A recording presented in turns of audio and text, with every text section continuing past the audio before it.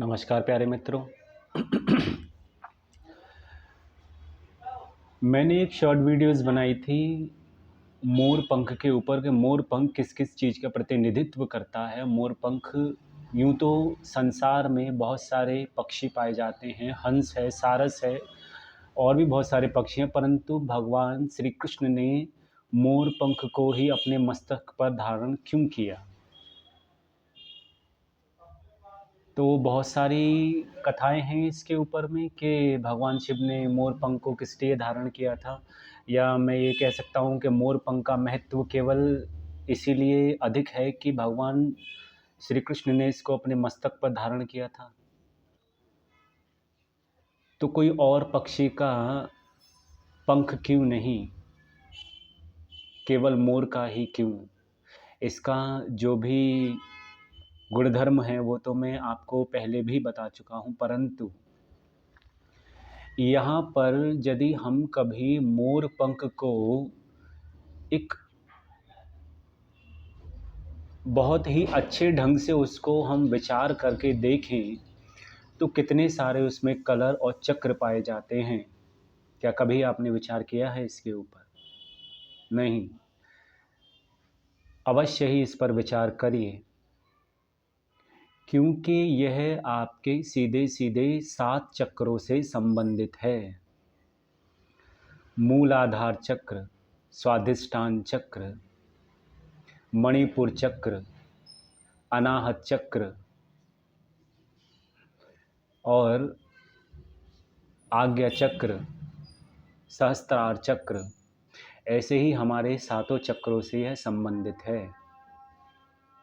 जितने इसमें चक्र हैं और जो बाहरी इसके जो भी इसकी शाखाएं निकली हुई हैं पंख की, आप उनको भी विचार करके देख सकते हैं। इसमें जो रंग हैं उनको भी विचार करके देख सकते हैं। आज्ञा चक्र जागृत करना अत्यंत आवश्यक होता है, परंतु सामान्य मनुष्य के यह नहीं कर पाते और ना ही कर सकते हैं, क्योंकि यह संभव नहीं है।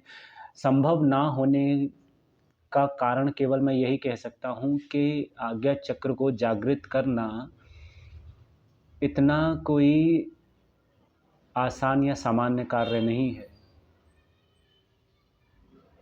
बहुत सारे हमारे विचार कुशल मित्र हैं जो आज्ञा चक्र को जागृत कराते हैं, परंतु आज्ञा चक्र यदि ऐसे जागृत होने लग जाए तो सभी लोग आज्ञा चक्र को जागृत कर लेंगे और त्रिनेत्रधारी अर्थात भगवान शिव की तरह अंतर्दृष्टि से अवलोकन करना, परीक्षण करना, किसी भी वस्तु को उसके मूल स्वरूप में देखना, भूत भविष्य वर्तमान में क्या घटित हो, भूत में क्या घटित हो चुका है, वर्तमान में क्या चल रहा है, भविष्य में क्या होने वाला है, तो ये तो सीधे सीधे एक महापुरुष की ही पदवी प्राप्त कर लेंगे। मैं ये नहीं कह रहा हूँ कि आज्ञा चक्र जागृत नहीं हो सकता है। आज्ञा चक्र अवश्य ही जागृत हो सकता है, परंतु उसके लिए अधिक और कठिन परिश्रम करना होता है। अपने आप का अवलोकन, अपने आप का परीक्षण करना होता है। तो जो मोर पंख है वो हमारे यही 7 चक्रों का ही प्रतिनिधित्व करता है। यदि आप विचार करके इसको देखें तो अवश्य ही आप पा जाएंगे इसके अंदर कि भगवान श्री कृष्ण ने कोई और पक्षी के पर को धारण नहीं किया, पंख को धारण नहीं किया, परंतु मोर के जो पंख है उसको धारण किया। बहुत सारी कथाएं हैं, मैं उन कथाओं पे नहीं जाना चाहता हूँ। अच्छी है वो कथाएं जो भी हैं, परंतु जो सत्य है, क्योंकि सनातन में तो केवल तर्क पर उत्तर प्राप्त ना हो तो मानने की आवश्यकता नहीं है। यही कहा गया है, तर्क कीजिए, उत्तर प्राप्त हो तो मानिए, यदि उत्तर प्राप्त ना हो तो मत मानिए। मेरा तो मानना यही है। यदि आपके पास इससे विलक्षण, इससे अन्य कोई उत्तर है तो अवश्य ही बताइए। कभी मोर पंख का आकलन कीजिए, उसका परीक्षण कीजिए, तो आप भी उन 7 चक्रों को पा जाएंगे उसके अंदर। तब तक के लिए शुभ रात्रि।